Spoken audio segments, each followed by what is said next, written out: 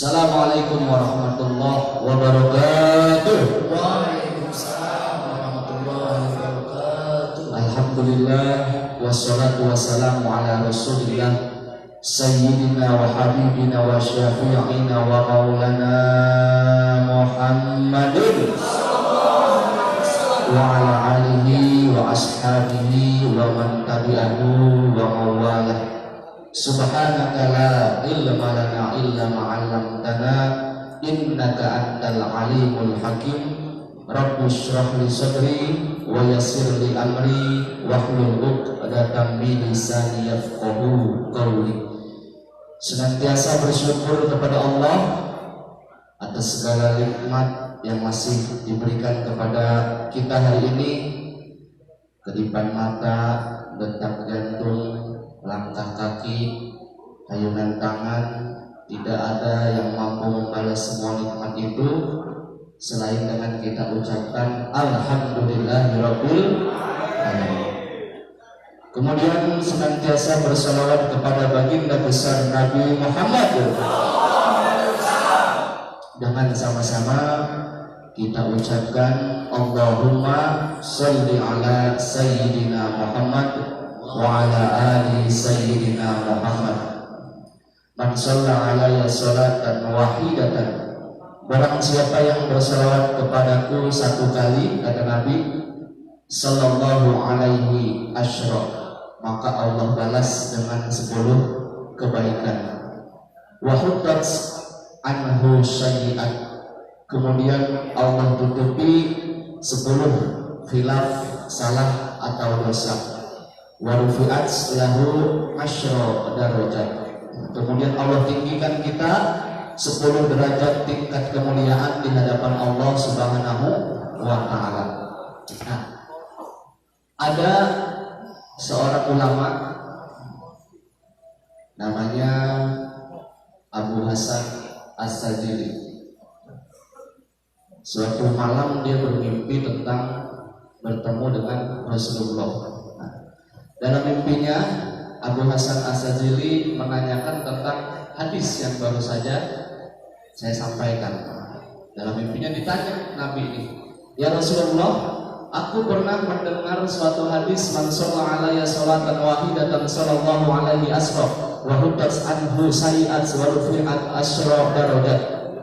Apakah benar begitu balasannya? Kata Abu Hasan As-Sajili.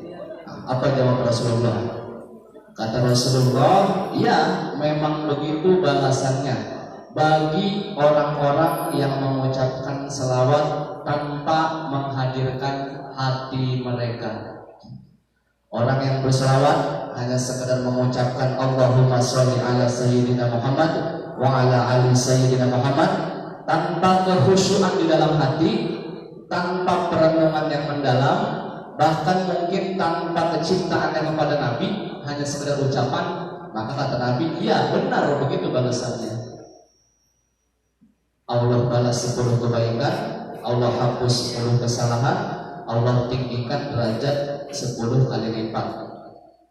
Itu kalau kita bersolawat tanpa kekhusyuan. Nabi Hasan As-Sajili kaget, kalau nggak khusyuknya aja begitu, lalu bagaimana balasan dengan orang-orang yang bersalawat kemudian mereka menghadirkan hati mereka dan merenungi kecintaan mereka terhadap beliau, ya Rasulullah? Kata Nabi, balasannya tidak dapat dihitung, bi ghairi hisab. Allah saja yang mampu menghitungnya. Maka teman-teman perbanyak membaca sholawat, baik dalam kesendirian atau sholawat bersama-sama, baik dalam kesibukan ataupun di tengah-tengah waktu luang. Nunggu ngantuk dalam hati sambil sholawat Allahumma sholli ala sayyidina Muhammad wa ala ali sayyidina Muhammad. Nunggu azan subuh sambil sholawat Allahumma sholli ala sayyidina Muhammad wa ala ali sayyidina Muhammad. Nunggu azan maghrib, nunggu khutbah Jumat, banyakin sholawat. Nah, mudah-mudahan kita mendapatkan keutamaan tersebut dan kelak kita diaku sebagai umat baginda besar Nabi Muhammad sallallahu alaihi wasallam. Man kharaja fi talabil ilmi fa huwa fi sabilillahi hatta yarji'a. Ya. Jadi niatkan selama di sini belajar menuntut ilmu, hukuman habis, pahala pun kita dapat. Mudah-mudahan teman-teman semua mendapatkan keutamaan tersebut, semuanya sehat sampai pulang, dan keluarga-keluarganya diberikan kesabaran dan kecukupan. Amin ya rabbal alamin. Angkat tangan yang kedua. Bismillahirrahmanirrahim. Bismillahirrahmanirrahim. Raditu billahi rabba, Raditu billahi rabba, wa bil islami dina, wa bil islami dina, wa bi Muhammadin nabiyya wa rasula, wa bi Muhammadin nabiyya wa wa rasula, bil Qur'ana imama, wa bil Qur'ana imama. Rabbi zidna ilman, Rabbi zidna ilman, warzuqna fahman, warzuqna fahman. Rabbi shrah lana sadrana, Rabbi shrah lana sadrana, wa yassir lana amrana, wa yassir lana amrana, wahlul 'uqdatam min lisanina, wahlul 'uqdatam min lisanina, yafqahu qawlana. yafqahu qawlana. Allahumma la sahla Allahumma la sahla illa ma ja'altahu sahla, illa ma ja'altahu wa sahla, anta taj'alul hazna wa anta taj'alul hazna idza syi'ta sahla. idza syi'ta sahla. Amin ya rabbal alamin. Jadi yang kita bahas ini yaitu kitab Bidayatul Hidayah, atau kitab dalam keilmuan atau bidang adab akhlak yang disusun oleh seorang ulama bernama Al-Imam Abu Hamid Al-Ghazali, atau lebih kita kenal dengan Imam Al-Ghazali. Ya. Kemarin ada adab-adab atau tata cara yang perlu diperhatikan antara imam dan makmum. Ya, benar? Boleh ditulis kan? Jadi yang sudah ditulis kemarin 7 ya. Nah ini kita melanjutkan dari yang 7 kemarin. Nah, saya ulangi sekali lagi untuk mengingat-ingat. Yang pertama, imam jangan memulai takbir sebelum iqamah, sebelum dikumandangkannya iqamah. Baik sholat berjamaah dalam jumlah besar atau seminimal-minimalnya sholat berjamaah itu 2 orang, tetap harus diawali dengan iqamah. Ya. Jadi imam jangan mulai sholat, jangan memulai takbiratul ihram sebelum diperdengarkannya iqamah. Ya. Lafaz iqamah tahu semua kan? Qomat. Ya. Yang kedua, yaitu hendaknya imam memohon. Nah, sebelum masuk ke situ, setelah iqamah, nah imam nih ngecek dulu nih di belakang. Istawu sawu sufufakum, lurus, rapat, isi saf-saf yang masih kosong. Nah, kita dianjurkan untuk meluruskan dan merapatkan saf atau barisan. Ada 2 patokannya, lurus dan rapat. Apa patokan lurusnya saf itu? Yaitu tumit sejajar dengan tumit. Tahu tumit? Tumit tuning, kaki bagian belakang. Tumit antara saya sejajar dengan tumit yang di kanan dengan tumit yang di kiri. Jadi kalau teman-teman mau ambil patokannya ujung karpet, semua sejajar ujung karpet. Itu patokan lurusnya saf. Jadi tumit sejajar dengan tumit. Lalu yang kedua patokannya adalah rapat. Standarisasinya adalah rapat. Di mana patokan rapatnya saf itu? Ada 2. Yang pertama, sikut bertemu dengan sikut antara jamaah yang kanan dengan yang kiri. Ya, coba saya minta 2 orang, nah sini teras berdua. Nah, ketika bersedekap, kira-kira sikut antara teman kita yang di kanan dengan teman kita yang di kiri itu bersentuhan. Coba sedekap dua-duanya. Kira-kira gini, ini patokan rapatnya saf atau barisan, bertemunya sikut antara jamaah yang satu dengan jamaah yang lain. Atau ini sholatnya, jamaahnya membludak, sedangkan masjidnya udah over kapasitas, maka boleh juga yang kedua patokannya adalah bahu bertemu dengan bahu. Kenapa? Menempel antara bahu saya dengan bahu Feras dan bahu saya dengan bahu siapa? Asep. Ya, paham ya? Jadi itu patokan lurus dan rapatnya sah. Maka kita nih salah kaprah kalau kita udah ada sajadah, terus kita pakai sajadah satuan. Sajadah satuan itu bukan diperuntukkan untuk satu orang. Tapi kalau memang belum rapat, silakan suruh temannya untuk menginjak sajadah yang kita gelar. Sini rapat. Jangan satu orang satu sajadah, satu orang satu sajadah, satu orang satu sajadah. Akhirnya sholat renggang. Nah, paham? Jadi jangan ragu untuk menyuruh temannya menginjak sajadah yang kita gelar. Sini geser. Sini geser. Ya, jangan satu orang satu sajadah, satu orang satu sajadah. Itu namanya salah kaprah. Jelas sampai sini jelas? Nah, yang kedua, hendaknya imam memohon perlindungan kepada Allah Subhanahu wa taala dengan daripada godaan syaitan. Dengan cara melafazkan kalimat ta'awuz atau doa yang berkaitan dengan perlindungan setan, ya. Sesingkat-singkatnya a'udzubillahi minasyaitonirrajim. Aku berlindung kepada Allah dari godaan setan yang terkutuk. Lebih panjang daripada itu. Rabbi a'udzubika min hamazatis syayatin wa a'udzubika rabbi ayyahdurun. Ya Allah, aku berlindung daripada bisikan setan dan aku berlindung daripada datangnya setan kepada diriku. Lebih panjang lagi dari itu, para ulama menganjurkan boleh kita memohon perlindungan kepada Allah daripada godaan setan dengan membaca surah An-Nas. Qul a'udzu birabbin nas, malikin nas, ilahin nas, min syarril waswasil khannas, alladzi yuwaswisu fi sudurin nas, minal jinnati wan nas. Usolli faradul maghribi salasa taqbilal qiblati lillahi ta'ala baru takbir. Allahu akbar. Jelas?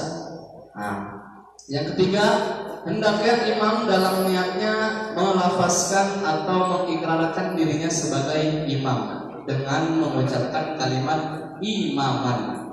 Usolli faradul maghribi salasa raka'atin mustaqbilal qiblati imaman lillahi ta'ala, agar dia mendapatkan pahala sebagai imam. Andai kata imam lupa melafazkan imaman, namun makmum tetap mereka meniatkan dalam hatinya yaitu makmuman, maka imam secara tunggal atau pribadi sholatnya tetap sah, tapi dia tidak mendapatkan pahala berjamaah. Sedangkan makmum yang imamnya walaupun lupa menyebutkan imaman, tetap makmum ini mendapatkan keutamaan atau pahala sholat berjamaah, ya. Yang ketiga, yang keempat, yaitu hendaknya imam membaca ta'awuz dan doa iftitah. Hendaknya imam membaca iftitah. Apa itu iftitah? Allahu akbar kabira walhamdulillahi katsira wa subhanallahi bukratan wa asila, sampai habis. Dan hendaknya sebelum membaca Al-Fatihah atau surat apapun itu diawali dengan mengucapkan ta'awuz. A'udzu billahi minasyaitonir rajim. Ya, baik dari awal surah ataupun dari pertengahan surah. Ya. Tapi kalau dari pertengahan surah cukup kita hanya membaca ta'awuz saja, tidak perlu menggunakan bismillah, ya. Kemudian setelah itu imam dan makmum disunahkan membaca kalimat amin secara bersamaan, bukan bergantian. Nah, patokan bersamaan di sini itu bagaimana? Jangan makmum mendahului imam, tapi ketika sudah terdengar baru makmum ikut amin. Jangan imam belum amin, jamaah udah amin duluan. maka dua-duanya harus paham nih. Imam jangan menahan kalimat amin terlalu lama, dan makmum jangan memulai kalimat amin sebelum terdengar a dari imam. Nah, alhamdulillah ini sudah dipraktekkan nih oleh imam-imam di pondok pesantren atau bangsa. Contoh nih ya, teman-teman mulai ketika saya udah terdengar a-nya nih ya. Ghairil maghdubi alaihim waladdallin.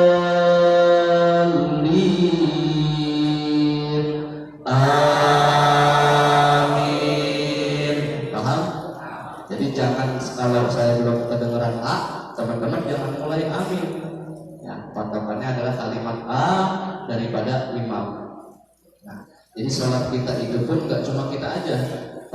Ketika kita sholat berjamaah, para malaikat pun ikut turut serta dalam sholat berjamaah kita. Ya, maka usahakan jaga adab, jaga sopan santun, jaga tata krama kita ketika kita sholat berjamaah. Jelas? Yang keenam, setelah selesai membaca amin, hendaknya imam berdiam sejenak untuk mengambil nafas. Apa namanya itu? Sakta, istirahat sejenak dalam bacaan, namanya sakta. Kalau istirahat sejenak dalam gerakan apa namanya? Tumak-nina. Nah, yang ketujuh, pada saat diamkan imam, hendaknya para makmum segera membaca surat Al-Fatihah agar nantinya makmum dapat mendengar atau menghayati bacaan surat yang dilakukan oleh imam. Jelas ya, 7 ini jelas ya. Nah, sebelum kita lanjut ke yang 8, kita artikan dulu nih hadis yang dibawakan hadis. Salatul jamaati tafdalu salatu min fadli bi isrina darajat. Salat berjamaah itu nilainya 27 kali lipat daripada salat sendirian. Nilai sholat jepri ketika berjamaah sesuai kekhusyuan dia maka dinilai 5. Maka 5 itu dikali dengan 27. Nilai sholat hendra ketika berjamaah sebagai makmum, nilai kekhusyuannya dan penghayatannya adalah 9. Maka 9 dikali 7 kalau sholat berjamaah. Tapi kalau dia sholat sendirian, yang 7 tetap 7, yang 9 tetap 9. Paham? Itulah keutamaan sholat berjamaah ya. Jadi sholat jamaah lebih utama 27 derajat atau 27 kali lipat daripada kita sholat sendirian.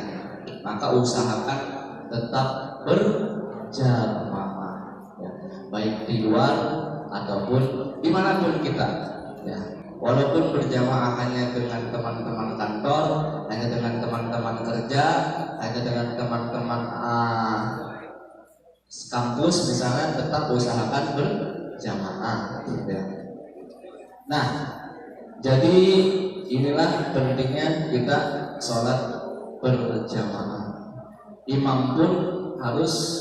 Nah, sekarang kita mau tanya, emang siapa sih yang paling berhak menjadi imam? Nah, pada umumnya kalau di sini beda ceritanya ya, karena pesantren ini atau ini adalah sarana pendidikan. Jadi kita ini dalam proses pendidikan. Nah, pada hukum asalnya siapa yang paling berhak mengimami sholat jamaah?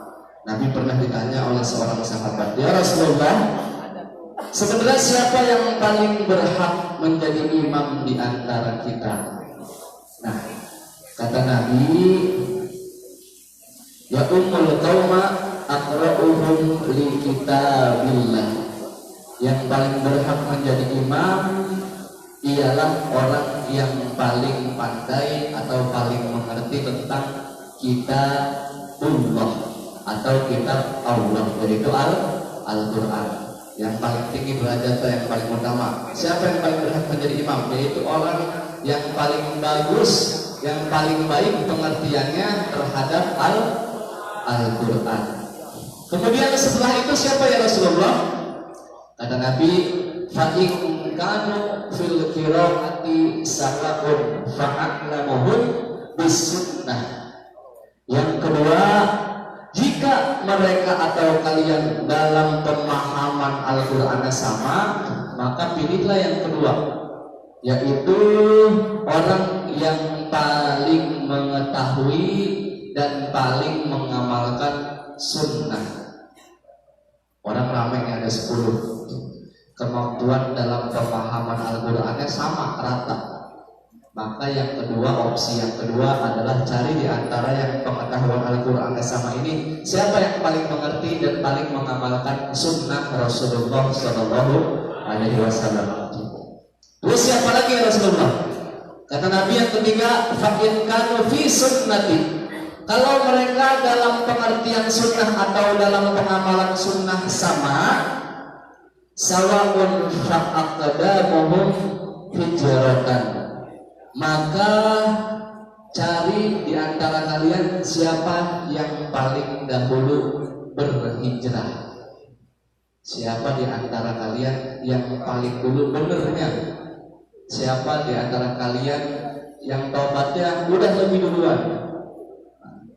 Pemahaman bacaan Qur'annya sama, pengamalan sunnahnya sama. Maka opsi yang ketiga, cari siapa di antara kalian yang paling dulu taubatnya, atau siapa yang paling dahulu hijrahnya. Terus siapa lagi ya Rasulullah setelah itu? Fa'in kanul hijrah.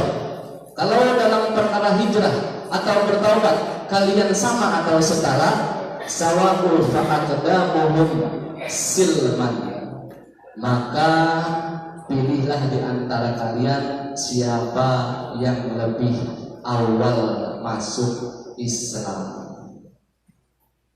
Paham? Siapa? Ini opsi yang terakhir. Siapa yang paling dahulu masuk Islam? Yang pertama, siapa yang paling mengerti tentang Al-Qur'an. Yang kedua, siapa yang paling mengerti dan mengamalkan sunnah. Yang ketiga, siapa yang paling dahulu bertaubat atau berhijrah. Yang ketiga, keempat, siapa yang lebih dahulu masuk Islam. Itulah kalau kita mencari imam. Ini banyak riwayatnya. Atau dalam riwayat lain, siapa di antara kalian yang paling tua juga ada. Dari ini yang saya sebutkan yang terdapat dalam kitab Sahih Muslim. Jadi itulah keutamaan atau bagaimana tata cara kita memilih imam. Maka apa maknanya? Penting seorang imam ini adalah orang-orang yang mumpuni ya. Tapi kita di sini ini adalah dalam proses belajar, dalam proses pembentukan, kaderisasi, menelurkan bibit-bibit imam ya. Maka kita juga tetap berusaha bagaimana orang-orang yang kita angkat menjadi imam ini paling tidak mengetahui dasar-dasar pengetahuan tentang imam dalam sholat ya. Nggak harus siapa yang paling mengerti bacaan Al-Qur'annya. Anak muda kalau dia mau sholat aja itu udah syukur alhamdulillah. Dia mau hafal juz 30 lebih syukur alhamdulillah lagi. Dia mau belajar fikih, bagaimana tata cara peribadahan, alhamdulillah lagi. Ya, alhamdulillah. Jadi nggak harus yang tua, yang muda-muda. Siapa yang paling baik hafalannya, siapa yang bacaan Fatihahnya memang sudah cukup, nggak perlu bagus, paling tidak cukup, benarkan. Boleh kita angkat atau kita angkat menjadi imam. Siapa yang sudah hafal zikir, hafal doa pada sholat, hafal yasin, tahlil, doa setelah yasin, hafal juz 30. Paling tidak itu yang menjadi standarisasi imam-imam pondok pesantren at-Taubah. Kemudian kita kasih pengertian tentang khusyuk. Gimana kamu kalau jadi imam ini supaya khusyuk? Ada salah seorang ulama asal Indonesia, namanya Kiai Haji Hasyim Asy'ari. Siapa itu? Pendiri Nahdlatul Ulama. Ya. Semasa hidup Kiai Haji Hasyim Asy'ari, beliau mampu mencetak atau menyusun 19 kitab. Di antara kitab-kitabnya yang ke-19 itu, yang 19 itu ada salah satu kitab yang namanya An-Nurul Mubin fi Mahabbatin Sayyidil Mursalin, menceritakan tentang sahabat-sahabat yang mengikuti Rasulullah. Diceritakan di situ tentang Abu Bakar As-Siddiq ketika mengimami sholat. Sebelum sholat dia udah ta'awuz, minta lindung kepada Allah Subhanahu wa taala. Kemudian menghadapkan wajahnya ke arah kiblat. Takbirnya itu gemeteran. Nah, Abu Bakar As-Siddiq pada saat dia mengimami sholat itu dia takbirnya gemeter. Allahu Akbar. Gemeter. Allah Maha Besar. Kenapa dia gemeter? Dimas juga gemeter, Ustaz. Pakai bahas-bahas Abu Bakar Ustaz nih. Jangan jauh-jauh, Dimas juga gemeter. Dimas memang gemeter, tapi gemeter Dimas beda dengan gemeternya Abu Bakar As-Siddiq. Kalau Dimas gemeter kenapa? Grogi, ya, grogi, takut karena baru pertama kali. Tapi kalau Abu Bakar As-Siddiq dia gemeter karena dia takut mikirin dia Allahu Akbar. Ini saya jadi imam. Saya buka dengan kalimat Allahu Akbar, membesarkan Allah. Allah itu Maha Besar. Jangan sampai dalam kehidupan saya di luar sholat saya ini merasa besar, karena ada Dia yang Maha Besar, yaitu Allah Subhanahu wa taala. Maka merasa takut dia. Allahu Akbar. Bukan gemeteran karena belum sarapan, bukan gemeteran karena grogi, tapi gemeter karena takut terhadap Allah Subhanahu wa taala. Makanya disampaikan oleh para ulama bagaimana cara kita supaya khusyuk. Ulama banyak merangkum tata cara iktikad kita supaya kita mencapai khusyuk dalam sholat. Paling tidak diantaranya adalah kita senantiasa merasa ihsan. Antaqullaha ka'annahu tarah fa illam takun tarah ka'annahu yarah. Kau beribadah seolah-olah engkau itu di hadapan Allah atau melihat Allah Subhanahu wa taala. Jika engkau tidak sanggup melihat Allah Subhanahu wa taala, maka rasakan atau yakini dalam hatimu bahwasannya engkau sedang dilihat atau sedang diawasi oleh Allah Subhanahu wa taala. Ya. Jadi ketika kita sholat, hendaknya kita merasa sedang diawasi oleh Allah Subhanahu wa taala. Salat ini adalah koneksitas antara makhluk dengan Allah Subhanahu wa taala. Bagaimana cara kita menjalin hubungan dengan Allah? Yaitu dengan salat lima waktu. Paling pertama pada saat terbit fajar, salat fardu subuh. Kemudian matahari mulai naik, jalin lagi hubungan dengan Allah. Waktu zuhur. Matahari mulai tergelincir, jalin lagi hubungan dengan Allah. Itu waktu asar. Matahari mulai kemerah-merahan menjelang tenggelam, jalin lagi hubungan dengan Allah melalui sholat fardu maghrib. Kemudian sempurnanya tenggelam matahari atau sempurnanya datang waktu malam, yaitu salat fardu isya. Antara subuh dan zuhur, zuhur dan asar, asar ke maghrib, maghrib ke isya, jangan sampai kita putus komunikasi dengan Allah Subhanahu wa taala. Subuh, dari subuh sampai nunggu waktu zuhur, kita belajar, kita ngobrol, kita diskusi, kita latihan. Barangkali dalam ngobrol kita, dalam kerja kita, dalam diskusi kita, dalam aktivitas kita ada salah, ada khilaf dalam kelakuan atau dalam kata-kata. Maka kita ingetin lagi ketika sholat zuhur. Dari zuhur ke asar, begitu lagi aktivitas sesama manusia. Yang di pasar sibuk dengan dagangannya, yang di kantor sibuk dengan pekerjaannya, yang menjadi gojek sibuk dengan aktivitas di jalannya. Antara zuhur dan asar banyak salah, banyak khilaf, banyak dosa. Maka kita bersihkan lagi pada saat sholat fardu asar. Minta ampun lagi melalui sholat. Jadi sholat ini juga menggugurkan dosa.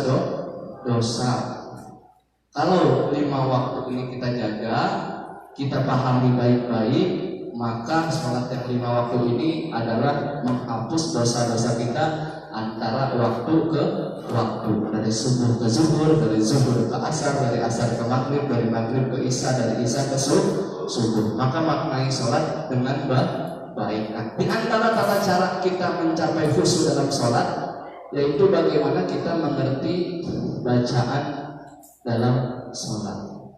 Ya. Jadi koneksi atau hubungan kita dengan Allah ini sama, baik atau buruk koneksi ini tergantung, kalau sholat tergantung penghayatan kita terhadap makna bacaan. Ibaratnya koneksi jawab kita nih, handphone kita ini tergantung kepada sinyal. Kalau sinyal jelek aja kita kalang kabut, pindah pojok kanan masih jelek, pindah pojok kiri masih jelek, dari belakang pindah ke depan, gelisah kalau sinyal jelek. Maka harus begitu juga, harus lebih begitu juga dalam sholat. Gimana caranya supaya kita mendapatkan penghayatan yang bagus? Tata caranya paling tidak kita belajar memahami bacaan sholat yang tiap hari 5 waktu 5 kali kita kerjain. Nggak mungkin enggak. Paling tidak kita harus mengerti. Emang kalau sinyalnya jelek, kalau kita nggak ngerti, bagaimana Ustaz? Contoh nih, ketika sinyal jelek aja ini menimbulkan kesalahpahaman, benar nggak? Berapa banyak orang yang salah paham, ribut, cekcok karena sinyal jelek. Nelfon istri di rumah, kamu kemana sih? Kamu ada kabar? Dari tadi diteleponin mantan. Gara-gara sinyal jelek, kedengarannya cuma mantan. Marah nggak di suami? Marah nggak? Mantan. Dia bilang mantannya nih. Wah kacau. Padahal istrinya ngomong baru sampai Kalimantan. Gara-gara sinyal jelek yang kedengaran cuma mantan. Gara-gara sinyal jelek dalam telepon, orang bisa jadi ribut. Nah, kamu di mana? Udah sampai belum? Kok diteleponin susah banget? Mantan. Ribut nggak? Padahal yang diomongin istrinya tadi ini baru sampai Kalimantan. Begitu juga dalam sholat kita. Kalau kalau koneksi kita buruk dalam sholat, kita sekedar sholat, sekedar tegak rukuk sujud, tegak rukuk sujud, tegak rukuk sujud, maka itu pun tidak menimbulkan efek yang baik. Gimana sholat kita ini bisa kita rasakan dampaknya, efeknya, yaitu dengan kita berusaha memaknai sholat kita untuk mencapai khusyuk. Bagaimana caranya supaya khusyuk? Setidaknya kita mengerti bacaan sholat kita. Coba malam ini kita jujur sama diri kita sendiri. Kita tiap hari sholat nih, sehari 5 kali. Berapa persen kita itu mengerti apa yang kita ucapin di dalam sholat kita? Benar nggak? Dandi contohnya. Dandi, ketika ruku apa yang Dandi baca? Subhana Rabbiyal Azimi wa bihamdi. Apa itu artinya? Tahu kamu? Hah? Padahal sholat ini 5 kali kita lakuin tiap hari. Oke, masalah tahu makna bacaan yang sifatnya tambahan itu belakangan deh. Apa ya misalnya? Bacaan surah pendek atau surah Al-Quran setelah membaca Al-Fatihah, itu nanti dulu deh.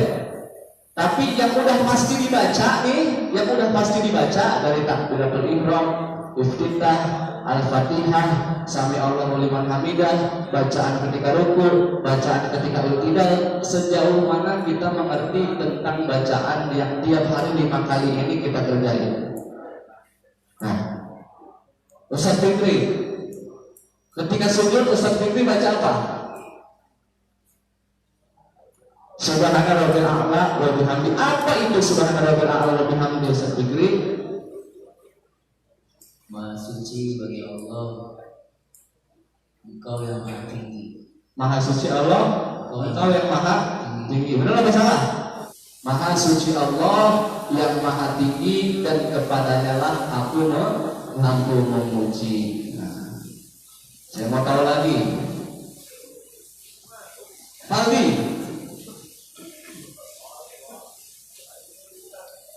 Malik Yaumiddin itu artinya apa, Paldi? Itu udah pasti dibaca dalam sholat. Yang menguasai hari pembalasan. Yang menguasai hari pembalasan. Nah, Bang Zaki, ihdinas siratal mustaqim. Apa artinya Bang Zaki? Tunjukkanlah kepada kami jalan yang lurus. Nah, apa maknanya?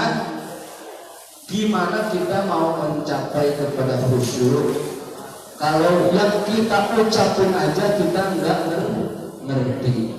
Ya, kalau kita nggak ngerti apa yang kita ucapin, kira-kira bahaya nggak? Bahaya nggak? Saya punya santri misalnya, si Dandi namanya, usianya 23 tahun atau 24 tahun, udah gede tapi bego, dia bego. Misalnya deh, saya suruh ke bengkel, saya suruh si Dandi ini ke bengkel. Dandi, tolong beliin busi sono ke bengkel Koahong. Berangkatlah Dandi beli busi, tapi dia nggak tahu, dia nggak ngerti busi itu apa. Sama Koahong dikasihnya misalnya push tab, dia bawa aja pulang push tab. Nih Ustaz, busi gimana kira-kira? Bahaya nggak? Bahaya kalau kita tidak ngerti atau tidak memahami apa yang kita ucapkan. Paling tidak itu. Intinya kita harus ada kemauan, paling tidak yang udah pasti kita baca di dalam sholat kita. Ini apa sih artinya? Cari tahu. Ada jawab. Banyak guru. Yang pertama tanya guru, ini artinya apa sih? Ini artinya apa sih? Malu nanya, gengsi. Ada jawab. Jangan jawab dipakai yang ini aja, yang lain-lain aja. Tapi pakai buat yang banyak manfaatnya. Bacaan sholat dan artinya. Allahu Akbar itu artinya Allah Maha Besar. Sami Allahu liman hamidah itu artinya Allah yang Maha mendengar. Jadi kita harus ada keingintahuan. Sujud itu artinya kita ngomong ini. Di antara doa sujud kita tuh minta ini. Ya, paham? Sudah jam berapa?